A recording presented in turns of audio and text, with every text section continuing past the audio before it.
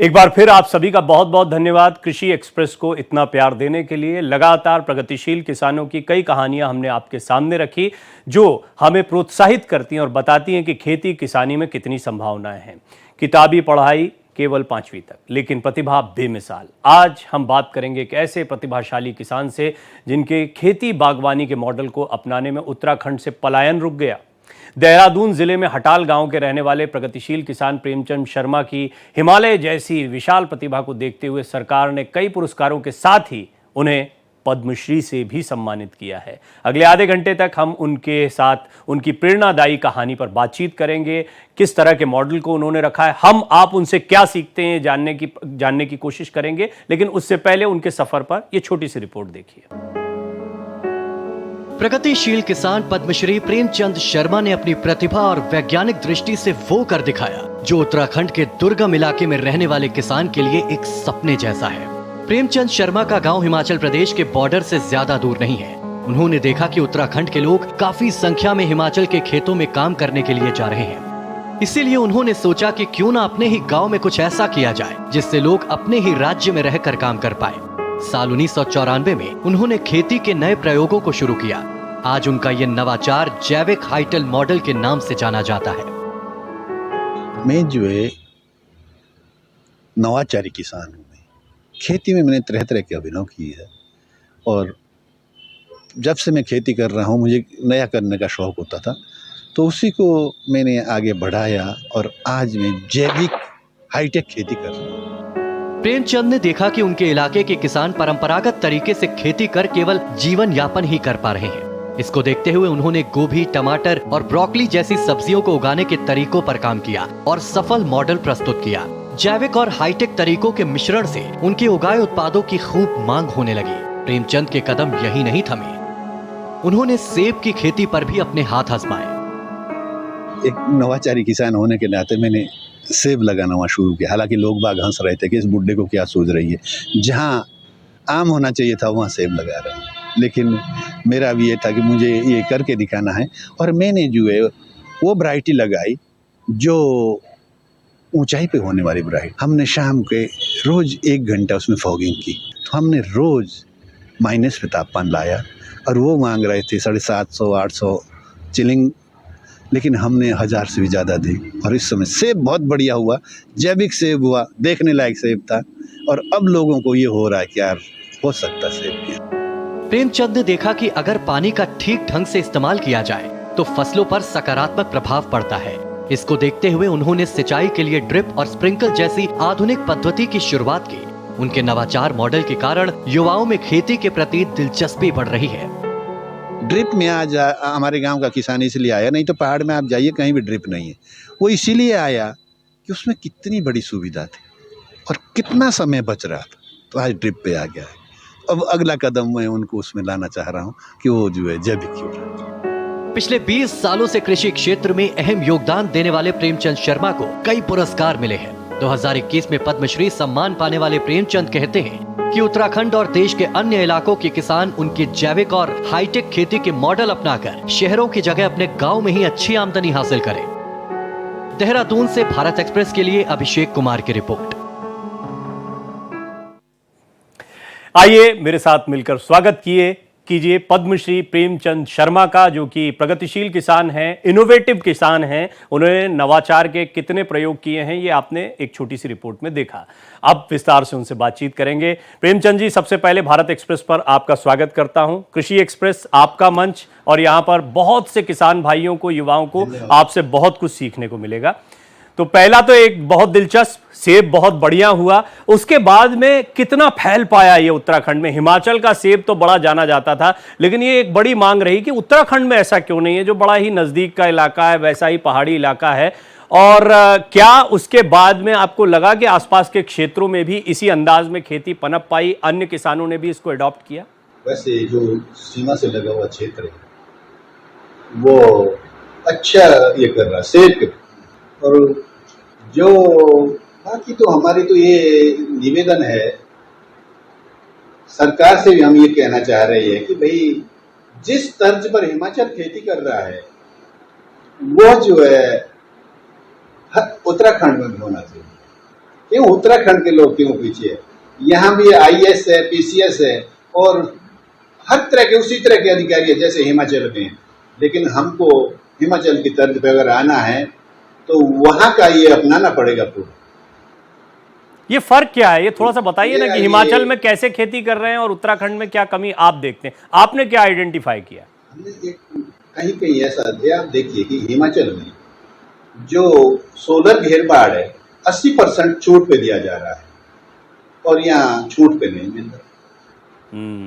और हिमाचल में जो है ड्रिप और स्प्रिंकलर के लिए 80%, मल्चिंग के लिए 80% छूट दी जाती है, यहाँ 50% छूट दी जाती है। लेकिन वो भी उनके डीलर चयनित, डीलर नहीं, किसानों को आजाद छोड़िए, आजाद करिए किसान, वो अपनी पसंद का ये खरीदेगा, जो भी सामान लेगा अपनी पसंद का लेगा। अगर उसके पास जो है जियो ये है, वो जियो टैग भी करा सकता है, तब उसको पेमेंट करिए जब वो जो है पक्का बिल लाएगा।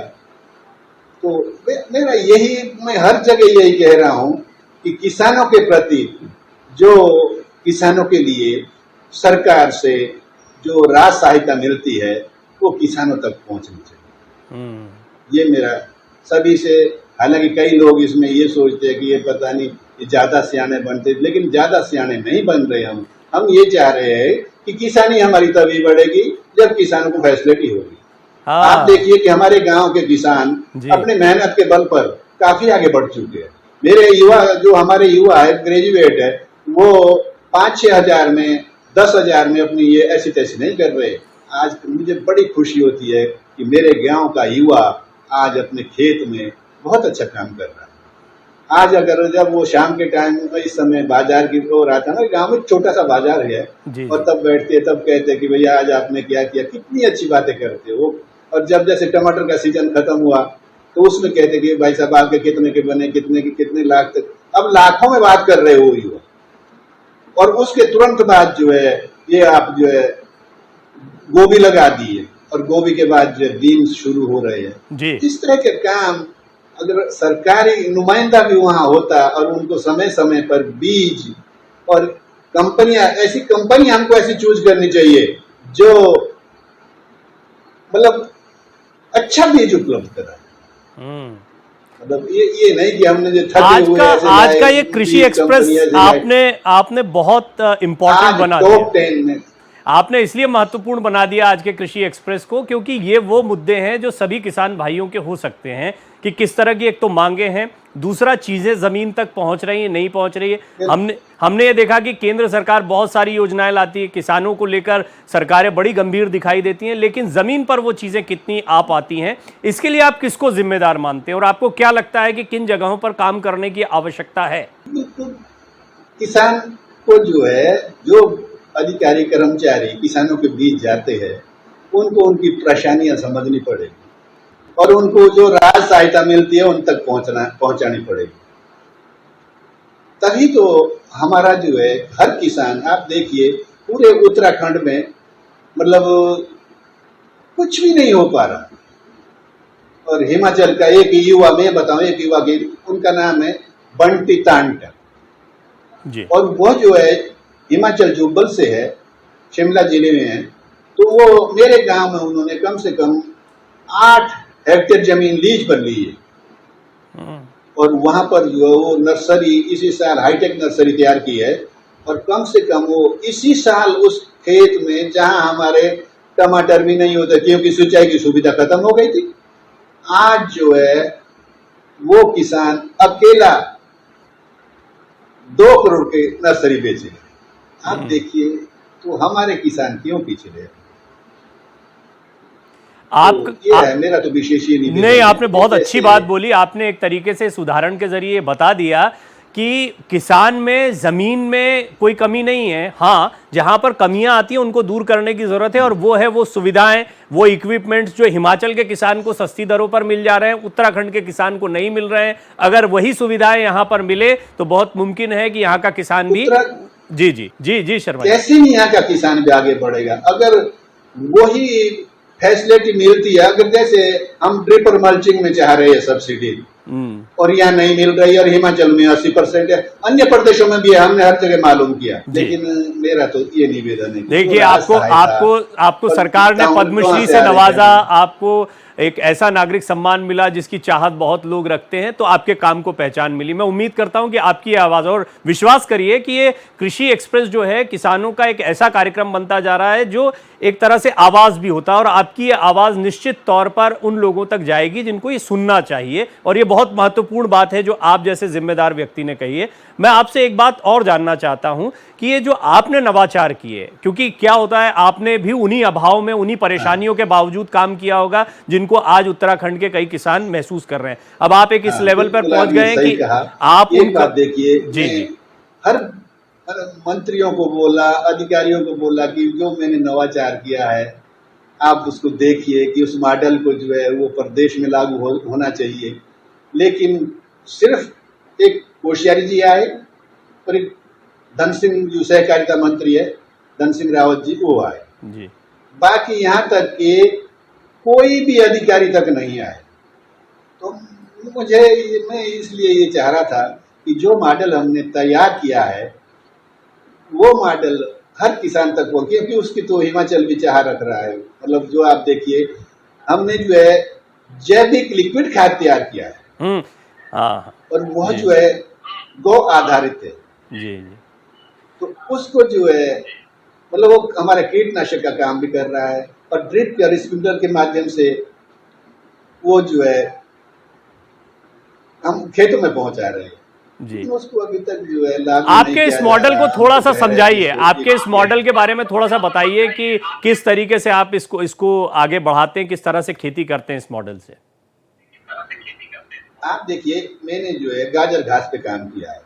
गाजर घास आप जानते हैं कि वो घास है जिससे एलर्जी होती है, वो हाथ से भी नहीं काट सकते, उसको काटने के लिए दस्ताने लाने पड़ते हैं। मैंने उसको जो है क्या किया कि उसको, हालांकि मैंने पेटेंट के लिए भी फाइल वो अर्जी कर रखी है कि पेटेंट हो जाए। पेटेंट में इसलिए कराना चाहता हूँ कि उसका नाम बढ़ेगा, ये नहीं है कि मुझे रॉयल्टी चाहिए।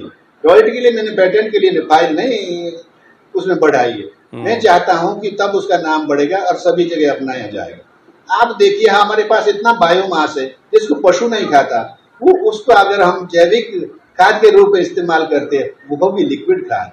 आप देखिए, हमारे पहाड़ में ढालदार जमीन होती है, मैंने खेत के ऊपरली सिरे पर जो है एक टैंक बना करके उसमें वो गाजर घास और वो बायोमास जो सड़क के किनारे उगा रहता है, जिसको आज के बच्चे जो है नशे में भी इस्तेमाल करते हैं, भांग धतूरा जैसी चीजें, मैं उसको काट करके उसमें डालता हूँ, और उस पर गोबर भी डालता हूँ, और गुड़ के द्वारा डीकम्पोजर तैयार किया गया उसको भी डालता हूँ। और हमने जो फिल्टर बनाए हैं, फिल्टर भी हमने इस तरह से बनाए हैं कि जिस तरह से जब पहाड़ के नीचे से पानी, पीछे से गंदा पानी पड़ता है, आगे जाके वो साफ हो जाता है।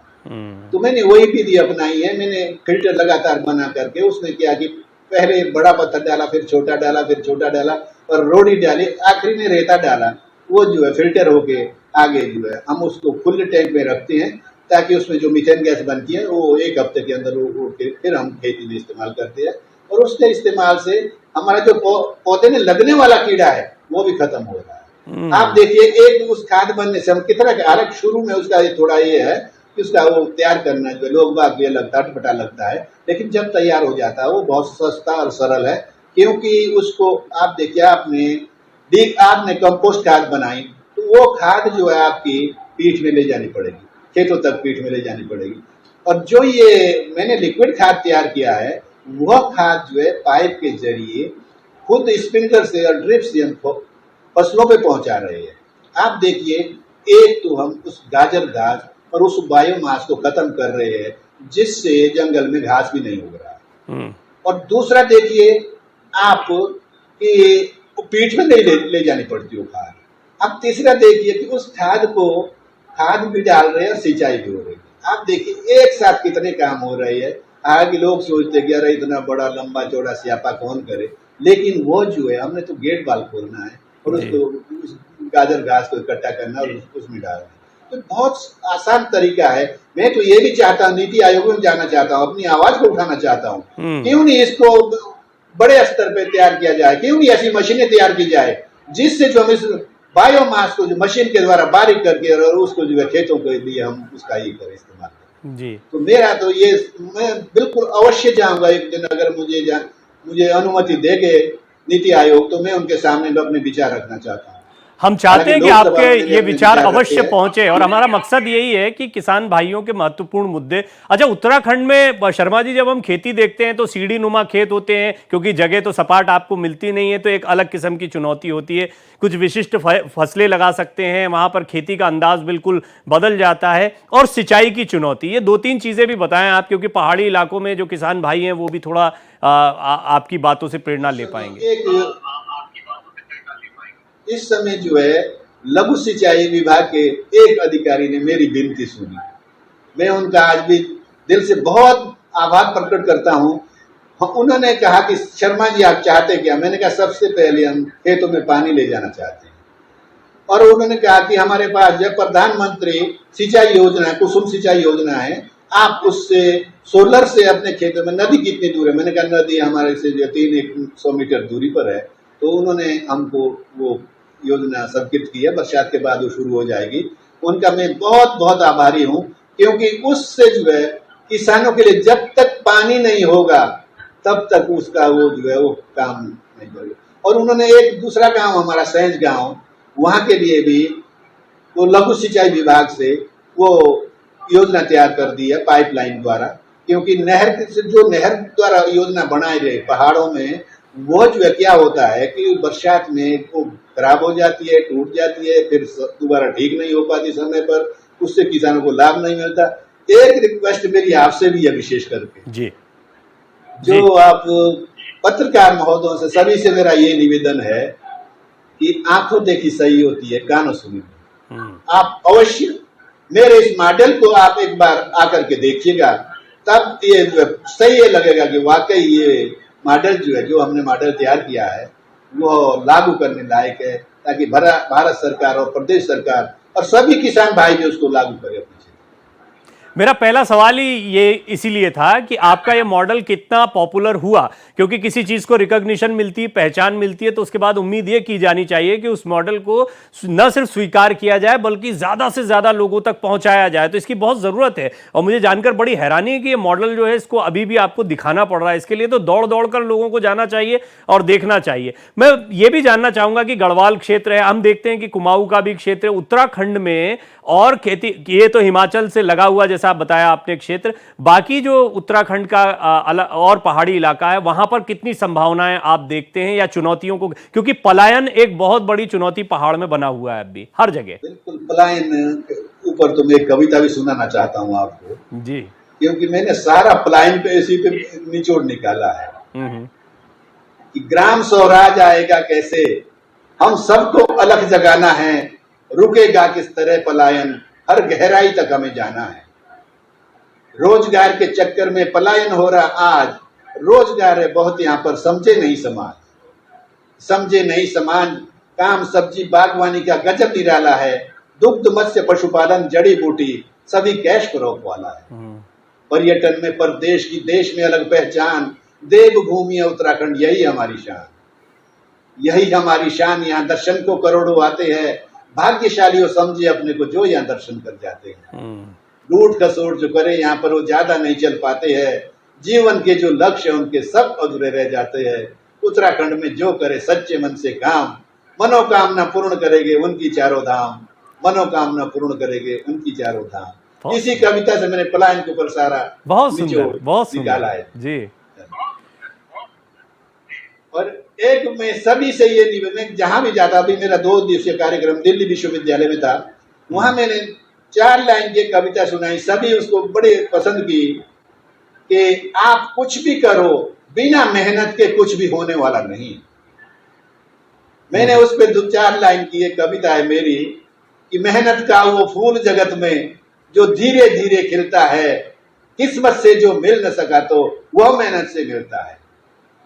बिन मेहनत के इस दुनिया में बना न कोई पुरुष महान, ऐसा जतन करो जीवन में अलग आपकी हो पहचान, ऐसा जतन करो जीवन में अलग आपकी हो पहचान। तो उत्तराखंड के किसान अब क्या जतन करें, वो भी जरा उनको मैसेज दीजिए।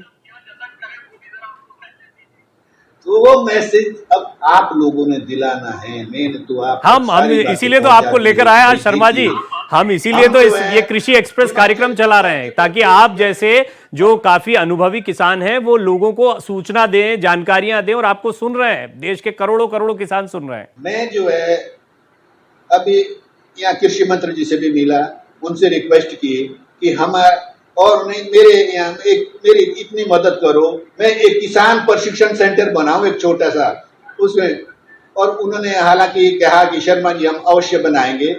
अब वो आगे कितना बढ़ पाता है ये अभी वक्त बताएगा। और बाकी मैं तो एक प्रयास में हूं कि बिल्कुल, और आज मैंने ये यहाँ पर अपने किसानों को सरकार से ये निवेदन किया है, आप 50% पे ही दो, लेकिन किसानों को 2 राज सहायता, 2 ड्रिप और स्प्रिंकलर के लिए मदद करो। और मैंने पूरे युवा किसान जो खेती कर रहे हैं, जो उनके जो है सारे कागजात शासन तक पहुंचा दिए हैं ताकि उनको ड्रिप की सहायता मिले। हालांकि हम ये चाहते थे कि 80% तक की सब्सिडी मिलनी चाहिए जैसे अन्य प्रदेशों में मिलती है, लेकिन यहाँ पर जो है 50% की, उसके बाद भी डीलर चयनित है, डीलर से हमको आजादी मिलनी चाहिए। ये मेरा सरकार से भी निवेदन विशेषकर। अभी भी आपकी फसल और सेब वैसे ही हो रहे हैं जैसे शुरुआती दौर में होते थे? ऐसा है, ज्यादातर क्या हुआ कि किसानों ने जो है अपनी खेती भी इस फर्टिलाइजर से जला दी है। जो उसके पोषक तत्व थे वो खत्म हो चुके हैं, और अब जो है उसमें गिरावट आने के साथ यही अब तभी तो हम चाह रहे हैं कि मल्चिंग, ड्रिप और जैविक, अगर जब तक हमें इस चीज को नहीं अपनाएंगे हम खेती से हम लाभ नहीं कमा पाएंगे। मतलब ये जो है आज, मतलब आप भी बहुत सारे लोगों के मुख से भी सुना मैंने अपनी, अभी जब मैं पंजाब के एक कार्यक्रम में था गया हुआ, तो वहाँ उन्होंने बताया कि पंजाब से एक कैंसर के नाम से एक ट्रेन चलती है। तो वो किस लिए कि अत्यधिक उन्होंने कृषि में फर्टिलाइजर और पेस्टिसाइड का इस्तेमाल किया। और आज जो है ये पूरे क्षेत्र में होने वाला, मैं बताऊं आपको, मैं हिमाचल में मजदूरी करता था, और मैं जिस गांव में मैं पहले सेब के बगीचे में मुंशी था, आज उस गांव के लोग मुझे मुंशी के नाम से ही जानते हैं। जब मैं वहां गया, जब उन्होंने उस समय वहां पेड़ बड़े बड़े होते थे, रॉयली थे पहले, और अब तो ये आ गई, मतलब सघन खेती की जा रही वहां भी, लेकिन उस समय एक पेड़ में 15 किलो खाद डाली जाती थी, फर्टिलाइजर 15 किलो। आप बताइए, तो वो ऊपरी सतह जो है हमने जला दी है। अब कई लोग जो है मिट्टी को पलट रहे हैं। तो मैं इसीलिए इस प्रयास में हूं कि हमें अपने युवाओं को, अपने किसानों को जैविक की ओर लाना है।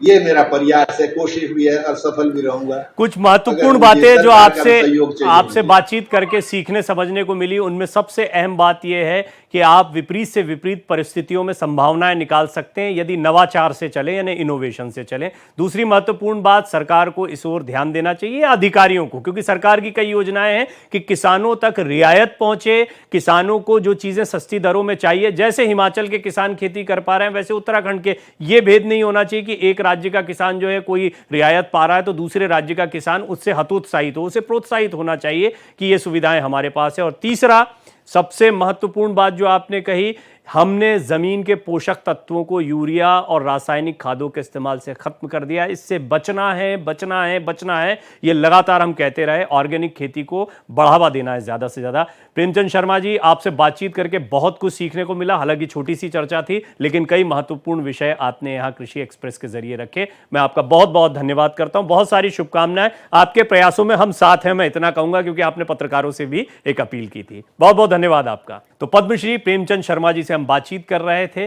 कृषि एक्सप्रेस में आज कई महत्वपूर्ण बातें जानने को मिली। इसी तरह प्रगतिशील किसानों की कहानी, नवाचार की कहानी हम आपके सामने रखते रहेंगे। आज का सफर यहीं तक। अगले हफ्ते एक नए मेहमान से मुलाकात करेंगे। नमस्कार।